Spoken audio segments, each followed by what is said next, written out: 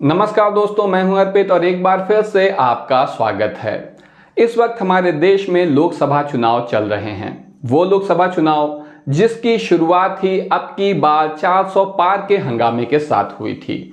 वो लोकसभा चुनाव जिसे शुरुआत में ही इस देश के बड़े मीडिया हाउसेस ने एक तरफा घोषित कर दिया था, लेकिन चौथे चरण का मतदान होने तक न केवल यहां पर कांटे की टक्कर देखने को मिल रही है, बल्कि विपक्ष का इंडिया गठबंधन भारी पड़ता नजर आ रहा है। यहां पर जितने भी बड़े मीडिया चैनल्स हैं, मीडिया हाउसेस हैं, वो सभी सत्तारूढ़ दल की जेब में हैं, लेकिन विपक्ष को अपनी ताकत मिल रही है सोशल मीडिया के माध्यम से, खास तौर से यूट्यूब के माध्यम से।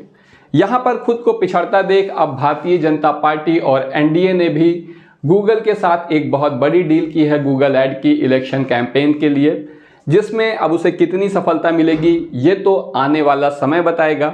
लेकिन मेरे ख्याल से अब 4 चरण का मतदान हो चुका है, खेल हाथ से निकल चुका है, सिर्फ 3 चरण ही बाकी हैं। उसमें जो भी करना चाहें करें, सभी को फेयर इलेक्शन होना चाहिए।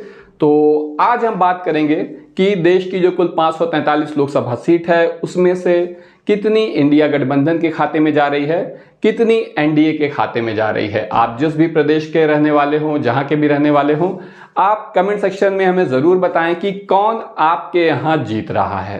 तो आइए चलिए शुरू करते हैं। हम सबसे पहले हम शुरुआत करेंगे महाराष्ट्र से। जैसा आप देख सकते हैं, महाराष्ट्र में कुल 48 लोकसभा सीट है। पिछली बार भाजपा और शिवसेना एक साथ थे एनडीए गठबंधन में और इन्होंने 48 में से 40 से अधिक सीटों पर जीत हासिल की थी। वहीं इस बार भाजपा का भरोसेमंद सहयोगी शिवसेना इस वक्त इंडिया गठबंधन का हिस्सा है, क्योंकि यहां पर मुख्यमंत्री पद के लिए उद्धव ठाकरे और भारतीय जनता पार्टी के शीर्ष नेतृत्व में टकराव हो गया था। उद्धव ठाकरे कांग्रेस और एनसीपी के साथ जाकर अपनी सरकार बना लेते हैं, मुख्यमंत्री बन जाते हैं। बदले में भारतीय जनता पार्टी ने न केवल शिवसेना बल्कि एनसीपी के भी 2 टुकड़े कर दिए और जोड़ तोड़ की राजनीति से, पैसे की ताकत से, सत्ता की ताकत से महाराष्ट्र में भी अपनी सरकार बना ली। लेकिन इसका परिणाम यहां लोकसभा चुनाव में देखने को मिल रहा है। जनता के बीच में भारी नाराजगी स्पष्ट रूप से दिखाई दे रही है, क्योंकि यहां पर भाजपा को इस बार सिर्फ 17 सीट मिल रही है, जबकि 29 सीट इंडिया गठबंधन के खाते में जा रही है। 2 सीट अन्य के खाते में यहां पर जाती दिख रही है। ऐसे दल या व्यक्ति जो ना तो इंडिया गठबंधन का हिस्सा हैं और ना ही एनडीए का।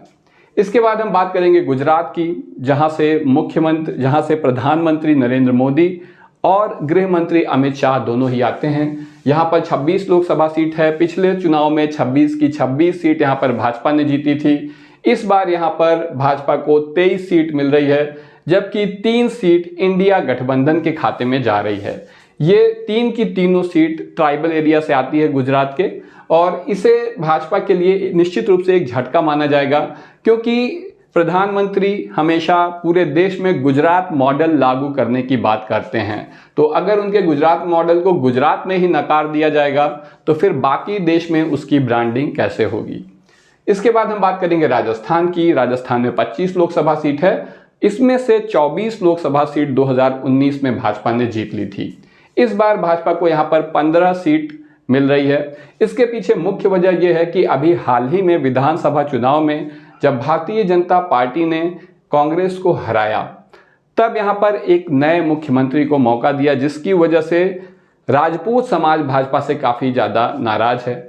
यहां पर वसुंधरा राजे सिंधिया को मुख्यमंत्री नहीं बनाया गया और राजपूतों में नाराजगी है। इसके अलावा और भी कई क्षेत्रों में नाराजगी है, जिस वजह से यहां पर भाजपा को 15 सीट मिल रही है और 10 सीट मिल रही है यहां पर कांग्रेस को, या ये कहें इंडिया गठबंधन को। आप में से जो भी साथी हो हमारे राजस्थान से, वो कृपया जरूर बताएं कि यहां पर कितनी सीट किसे मिलेगी। अब बात करते हैं पंजाब की। पंजाब में 13 लोकसभा सीट है और भाजपा यहां पर कभी भी बड़ी ताकत नहीं रही है। पिछली बार भी भाजपा को यहां सिर्फ 2 सीट मिली थी, लेकिन इस बार यहां पर भाजपा को या एनडीए गठबंधन को सिर्फ 1 सीट मिलने जा रही है, जबकि 10 सीट जा रही है इंडिया गठबंधन के खाते में। यहां पर आम आदमी पार्टी और कांग्रेस दोनों ही मजबूत हैं। आम आदमी पार्टी की सरकार भी है यहां पर, और 2 सीट जा रही है अन्य के खाते में, जिसमें शिरोमणि अकाली दल है और कुछ अन्य छोटे दल भी हैं। अब हम बात कर लेते हैं हरियाणा की। हरियाणा में 10 लोकसभा सीट है। यहाँ पर भाजपा को बहुत बड़ा झटका लग रहा है, क्योंकि पिछले लोकसभा चुनाव में भाजपा यहाँ 10 में से 10 सीट जीत गई थी। इस बार भाजपा को 7 सीट मिल रही है, 3 सीटों का नुकसान है, जबकि 3 सीट यहाँ पर इंडिया गठबंधन को मिल रही है। हालांकि बहुत से लोगों का कहना है कि ऐसा नहीं है, इससे काफ़ी ज़्यादा सीटें इंडिया गठबंधन के खाते में आएंगी। तो आप बताइए, फिलहाल जो ये सर्वे है इसमें तो ऐसा ही दिखाया गया है कि 7 सीट यहाँ पर बीजेपी जीत रही है।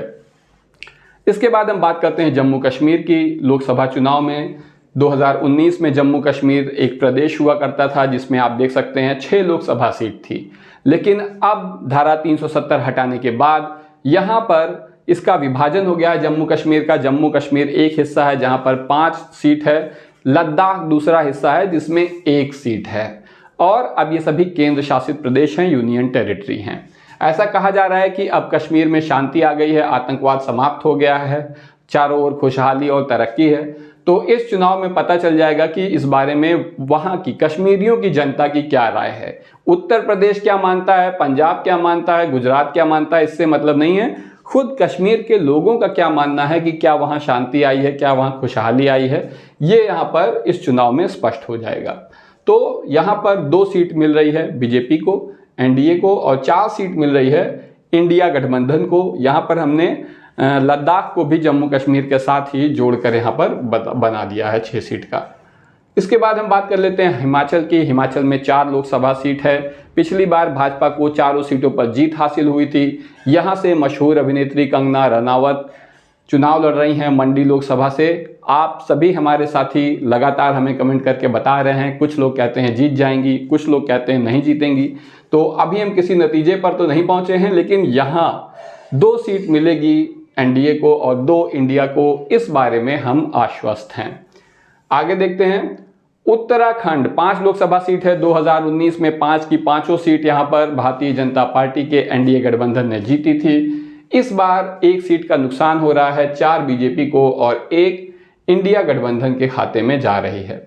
वहीं दिल्ली में 7 लोकसभा सीट है। 7 लोकसभा सीट में से 7 की 7 सीट पर 2019 में भाजपा को जीत हासिल हुई थी। इस बार यहाँ पर ऐसा कहा जा रहा है कि 5 सीट, इस सर्वे के हिसाब से 5 सीट यहाँ पर भाजपा जीत रही है। हालांकि दिल्ली में आम आदमी पार्टी और कांग्रेस दोनों ही मजबूत रहे हैं और दोनों के साथ आने से ये एक बड़ी राजनीतिक ताकत बनती है। अब फिर भी यहाँ पर इस सर्वे में तो 5 सीट भाजपा को मिलती दिखाई दे रही है और 2 सीट इंडिया गठबंधन को मिलती दिखाई दे रही है। इस बारे में आपका क्या कहना है कमेंट सेक्शन में ज़रूर बताएं, खास तौर से अगर आप दिल्ली या आसपास के क्षेत्र से हों तो। इसके बाद हम बात करेंगे उत्तर प्रदेश की। उत्तर प्रदेश में 80 लोकसभा सीट है और यहाँ पर तो मीडिया ने विपक्ष को पूरी तरह से खारिज कर दिया था। ऐसा कहा जा रहा था लगातार बहुत से सर्वे में कि 4 से 5 सीट मिलेगी इंडिया गठबंधन को, समाजवादी पार्टी कांग्रेस के गठबंधन को। अखिलेश यादव को तो पूरी तरह से घोषित कर दिया गया था कि ये अपने पिता की वजह से ही राजनीति में आए, मुख्यमंत्री बने। इन्होंने अपने नेतृत्व में आज तक कभी कोई चुनाव नहीं जीता है। लेकिन अब आप यहाँ पर देख सकते हैं हमारे सर्वे के हिसाब से 80 में से 24 सीट जीत रहा है इंडिया गठबंधन, समाजवादी पार्टी के राष्ट्रीय अध्यक्ष अखिलेश यादव के नेतृत्व में। वहीं भाजपा की बढ़त अभी भी कायम है। 64 सीट पिछली बार एनडीए ने जीती थी, इस बार 54 सीट जीत रहा है। 10 सीट का नुकसान हो रहा है इस सर्वे के हिसाब से, और 2 सीट पर अन्य राजनीतिक दल जिसमें बसपा हो सकते हैं, इन लोग चुनाव जीत रहे हैं, ऐसा इस सर्वे में दिया गया है। मेरा व्यक्तिगत रूप से ऐसा मानना है कि यहाँ पर इंडिया गठबंधन की, समाजवादी पार्टी की सीट और ज़्यादा बढ़ सकती है। तो इस बारे में आपका क्या आकलन है? अगर आप उत्तर प्रदेश के हैं तो ज़रूर बताएं। एमपी में 29 लोकसभा सीट है। 29 में से 28 सीट पर पिछली बार भारतीय जनता पार्टी ने जीत हासिल की थी। इस बार यहाँ पर भले ही भाजपा ने लोकसभा चुनाव से कुछ महीने पहले ही कांग्रेस को बुरी तरह से हराया था विधानसभा चुनाव में, लेकिन इस बार लोकसभा चुनाव में भाजपा को नुकसान होता दिखाई दे रहा है। 22 सीट जा रही है भारतीय जनता पार्टी के एनडीए के खाते में, वहीं 7 सीट जा रही है इंडिया गठबंधन यानी कांग्रेस के खाते में। इसके बाद हम बात करेंगे छत्तीसगढ़ की, जहां कुल 11 लोकसभा सीट है। इसमें से 7 जा रही है एनडीए के खाते में और 4 जा रही है इंडिया गठबंधन के खाते में। अब हम थोड़ा दक्षिण की ओर बढ़ते हैं। तेलंगाना में 17 सीट है और इस 17 में से 4 सीट एनडीए को मिल रही है, 10 सीट यहाँ पर इंडिया गठबंधन को मिल रही है और 3 सीट अन्य के खाते में जा रही है। देखिए, तेलंगाना में भारतीय जनता पार्टी कोई बड़ी ताकत नहीं है। जैसे जैसे आप दक्षिण में जाएंगे भाजपा कमजोर और कमजोर होती आपको दिखाई देगी। ये बात अच्छी तरह से समझ लेनी चाहिए भारतीय जनता पार्टी के उन समर्थकों को जो हर जगह जाकर अब की बार 400 पार का हंगामा मचाते हैं, क्योंकि इस देश की लगभग 200 सीट ऐसी है जहां पर भारतीय जनता पार्टी फाइट में ही नहीं है। कुल 543 सीट है, तो जिसमें से आप सिर्फ 350 सीटों पर ही लड़ते हैं, मुकाबले में हैं। तो ऐसी स्थिति में जब 350 सीटों पर मुकाबले में है तो 400 सीट जीत कैसे जाएंगे? ये बात अगर आप नहीं समझ सकते हैं तो फिर मैं आपकी कोई मदद नहीं कर सकता हूं। आप इसी तरह 400 पार करते रहिए। तो 17 सीट है तेलंगाना में, 4 जा रही है एनडीए के खाते में, 10 जा रही है इंडिया गठबंधन और 3 जा रही है अन्य के खाते में। यहां अन्य में बीआरएस है, बीआरएस और इसके अलावा असदुद्दीन ओवैसी की पार्टी है। 1 सीट असदुद्दीन ओवैसी को मिलेगी, खुद हैदराबाद से वो सांसद बनेंगे, और 2 सीट जो है चंद्रशेखर राव की पार्टी को जाएगी। हालांकि चंद्रशेखर राव यहाँ के बहुत बड़े नेता थे, लेकिन इस समय उनका राजनीतिक करियर ढलान पर है। आगे देख लेते हैं, तेलंगाना के बाद आ रहा है कर्नाटका। आप देखिए, कर्नाटका में कुल 28 लोकसभा सीट है। यहाँ कांग्रेस और भाजपा के बीच में सीधा मुकाबला है। लगातार मीडिया में ऐसा प्रचारित किया गया है कि जब भी भाजपा और कांग्रेस के बीच में सीधी टक्कर होती है तो कांग्रेस हमेशा हारती है, लेकिन आप इस लोकसभा चुनाव में ही देखेंगे, इसके पहले विधानसभा चुनाव में भी कांग्रेस ने भाजपा को हराया था और लोकसभा चुनाव में भी इंडिया गठबंधन को यानी कांग्रेस को 18 सीट मिल रही है, जबकि बीजेपी को 10 सीट से संतोष करना होगा। इसके बाद गोवा में 2 लोकसभा सीट है, 1 एनडीए और 1 इंडिया गठबंधन के खाते में। इसी तरह केरला में 20 लोकसभा सीट है। यहाँ भारतीय जनता पार्टी का कोई अस्तित्व नहीं है। हालांकि प्रधानमंत्री यहाँ पर लगातार रैली कर रहे हैं, लगातार कार्यक्रमों में शामिल हो रहे हैं। इस वजह से भाजपा का यहाँ पे वोट शेयर बढ़ने जा रहा है, वोट परसेंट बढ़ने जा रहा है, जिसे 1 सीट के रूप में यहाँ पर दिखाया गया है, जबकि 19 सीट यहाँ पर जीत रहा है इंडिया गठबंधन, जिसमें कम्युनिस्ट पार्टी भी शामिल है और कांग्रेस भी शामिल है। मेरा ऐसा मानना है कि 20 सीट यहाँ पर इंडिया गठबंधन जीत जाएगा, लेकिन इस सर्वे में 1 सीट संभावना के रूप में दी गई है भारतीय जनता पार्टी को। इसी तरह से तमिलनाडु में भी सेम यही स्थिति है। यहाँ पर भी जैसा मैंने आपको बताया, जैसे जैसे आप दक्षिण में जाएंगे भारतीय जनता पार्टी का नामो निशान नहीं है दक्षिण भारत में।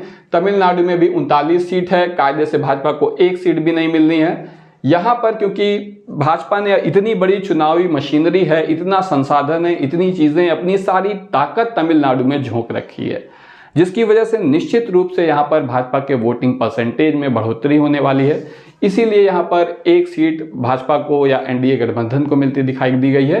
तमिलनाडु में भाजपा को केरल से ज़्यादा सफलता मिली है। यहाँ कुछ अच्छे क्षेत्रीय नेता यहाँ पर भाजपा में उभर कर आए हैं, इससे इनकार नहीं किया जा सकता। इसीलिए यहाँ पर 1 सीट जो है मिल रही है भारतीय जनता पार्टी को और 38 सीट जा रही है स्टालिन के नेतृत्व में इंडिया गठबंधन को। अगला है आंध्र प्रदेश, 25 सीटें हैं यहाँ पर। यहाँ लोकसभा चुनाव के साथ विधानसभा चुनाव भी चल रहा है। जगन मोहन रेड्डी की वाईएसआर कांग्रेस यहाँ का सबसे बड़ा और ताकतवर राजनीतिक दल है, जिसे चुनौती देती है चंद्रबाबू नायडू की पार्टी तेलुगु देशम ने भारतीय जनता पार्टी के साथ गठबंधन किया हुआ है, जिस वजह से यहाँ पर 9 सीट एनडीए को मिलती दिखाई दे रही है। अन्यथा भारतीय जनता पार्टी का यहाँ पर कोई अस्तित्व नहीं है। इसके अलावा जन सेना पवन कल्याण यहाँ के सुपरस्टार हैं, उनकी पार्टी भी भाजपा के एनडीए गठबंधन में शामिल है। तो 9 सीट मिल रही है एनडीए को, 1 सीट मिल रही है कांग्रेस को। यहाँ कांग्रेस भी स्ट्रगल कर रही है। जगन मोहन रेड्डी किसी के भी साथ नहीं है, ना एनडीए ना इंडिया के साथ। इसी वजह से यहाँ पर अन्य के खाते में आप देखिए 15 सीट जा रही है, जो कि असल में वाईएसआर कांग्रेस की सीट है। अगर एनडीए या इंडिया गठबंधन को पूर्ण बहुमत किसी को भी नहीं मिलता है, तो ऐसे में जगन मोहन रेड्डी का रोल बहुत इंपॉर्टेंट हो जाएगा। आप इनको काफ़ी महत्वपूर्ण नेता के रूप में आगे पूरे भारत में देख सकते हैं, अगर किसी एक दल को पूर्ण बहुमत नहीं मिलता है तो। इसके बाद हम बात करेंगे बिहार की। यहाँ पर 40 लोकसभा सीट है। यहां पर भी आप देखिए तो पूरी तरह से नकार दिया गया था तेजस्वी यादव की संभावनाओं को। यहां पर कहा जा रहा था कि तेजस्वी यादव बिल्कुल ही ऐसे नेता हैं जिनमें कोई योग्यता नहीं है, वो हाई स्कूल फेल हैं और उनकी पार्टी अब समाप्त हो चुकी है। जैसे यूपी में कहा जाता है समाप्तवादी पार्टी, तो यहाँ समाजवादी पार्टी को, उसी तरह यहाँ पर तेजस्वी यादव को भी मीडिया के द्वारा ही पूरी तरह से नकार दिया गया था। लेकिन अब आप इस चुनाव में देख सकते हैं कि तेजस्वी यादव ने ज़बरदस्त परिपक्वता का प्रदर्शन किया है। आने वाले समय में वो भारत की उम्मीद बनकर उभरे हैं। खास तौर से जिस तरह से नीतीश कुमार के पलटी मार जाने के बाद, एनडीए की गोद में या भाजपा की गोद में बैठ जाने के बाद उन्होंने जैसी राजनीतिक कुशलता दिखाई है, उससे निश्चित रूप से कहा जा सकता है कि वो आने वाले भारत की उम्मीद हैं। इसके बाद हम बात कर लेते हैं झारखंड की, जहां पर 14 लोकसभा सीट है। इन 14 लोकसभा सीटों में से 9 एनडीए के खाते में जा रही है और 5 इंडिया गठबंधन के खाते में जा रही है। इसके अलावा वेस्ट बंगाल यानी कि पश्चिम बंगाल में 42 लोकसभा सीट है। 12 यहाँ पर भारतीय जनता पार्टी को मिलेगी। पिछली बार भाजपा ने यहाँ पर 18 सीट जीती थी। कहा जा रहा था कि अब की और भी ज़्यादा मिलेगी, लेकिन ऐसा होता दिखाई नहीं दे रहा है। भाजपा यहाँ पर 12 सीट पर ही सिमट रही है, सीटें घट रही हैं, जबकि 30 सीट इंडिया गठबंधन के खाते में जा रही है। इसके बाद हम बात करेंगे उड़ीसा की। उड़ीसा में 21 लोकसभा सीट है। यहाँ पर 7 एनडीए के खाते में जा रही है, 3 इंडिया गठबंधन यानी कांग्रेस के खाते में जा रही है, जबकि 11 सीट यहाँ पर बीजू जनता दल को मिलेगी, जो कि नवीन पटनायक यहाँ के मुख्यमंत्री हैं, उनकी पार्टी है। और ये भी किसी भी दल का हिस्सा नहीं है, ना एनडीए का ना इंडिया का। तो अगर पूर्ण बहुमत ना मिला तो जगन मोहन रेड्डी की तरह नवीन पटनायक भी किंग मेकर की भूमिका में आ जाएंगे।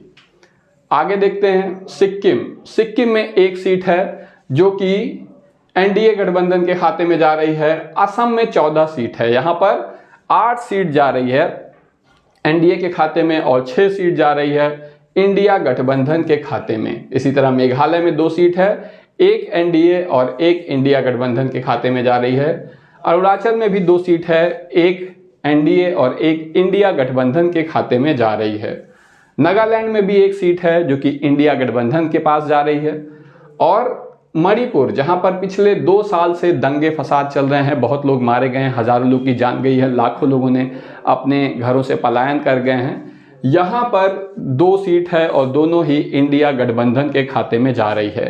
प्रधानमंत्री मोदी रूस, यूक्रेन, गाजा पट्टी, फिलिस्तीन, जाने कहाँ कहाँ पे युद्ध रुकवा देते हैं, लेकिन हमारे अपने देश में लड़ाई चल रही है, आग लगी है मणिपुर में इतने समय से, लेकिन इस बारे में वो बात तक नहीं करते। बल्कि अगर मैं बोल दूं तो बहुत सारे लोग आ जाएंगे कि आप तो देशद्रोही हैं। ये बताने के लिए हम अपने ही देश के लोगों के लिए आवाज़ नहीं उठा सकते हैं। अगर हमने बोल दिया कि मणिपुर में ऐसा क्यों हो रहा है भाई, कुछ करिए, तो तुरंत अर्पित शुक्ला देशद्रोही है। मिजोरम में 1 लोकसभा सीट है। 1 लोकसभा सीट यहाँ पर कांग्रेस के खाते में जा रही है। त्रिपुरा में 2 लोकसभा सीट है, 1 जा रही है एनडीए के खाते में और 1 इंडिया गठबंधन के खाते में। अंडमान निकोबार में भी 1 सीट है जो कि इंडिया गठबंधन के खाते में जा रही है। लक्षद्वीप, ये सब केंद्र शासित प्रदेश हैं, लक्षद्वीप में 1 सीट है जो कि इंडिया गठबंधन के खाते में जा रही है। और पौंडीचेरी में 1 सीट है जो कि एनडीए के खाते में जा रही है। इसके अलावा दादरा और नगर हवेली, दमन और दीव, यहाँ पर 2 सीट है, दादरा नगर हवेली 1, दमन और दीव दूसरी, और दोनों ही एनडीए के खाते में जा रही है। इसके अलावा चंडीगढ़, जो कि संयुक्त राजधानी है पंजाब और हरियाणा की, ये केंद्र शासित प्रदेश है, यहाँ पर 1 सीट है जो कि इंडिया गठबंधन के खाते में जा रही है। और इस तरह से अगर देखा जाए तो कुल टोटल 543 लोकसभा सीटों में से 253 मिलेगी भारतीय जनता पार्टी के एनडीए गठबंधन को, 255 सीट जा रही है इंडिया गठबंधन के पास और 35 सीट जा रही है अन्य राजनीतिक दलों के पास। तो अगर आप देख सकते हैं कि यहाँ पर किसी को भी पूर्ण बहुमत मिलता नहीं दिखाई दे रहा है। पूर्ण बहुमत के लिए 272 सीट चाहिए होती है। तो अन्य राजनीतिक दल यहाँ पर काफ़ी महत्वपूर्ण भूमिका में आ सकते हैं। इस बारे में आपका क्या कहना है? क्या आपको लगता है कि ऐसी स्थिति बनेगी या फिर इंडिया गठबंधन को पूर्ण बहुमत मिल जाएगा या एनडीए को पूर्ण बहुमत मिल जाएगा? इस बारे में आपका क्या कहना है? कमेंट सेक्शन में ज़रूर बताएं। आज के लिए बस इतना ही। धन्यवाद।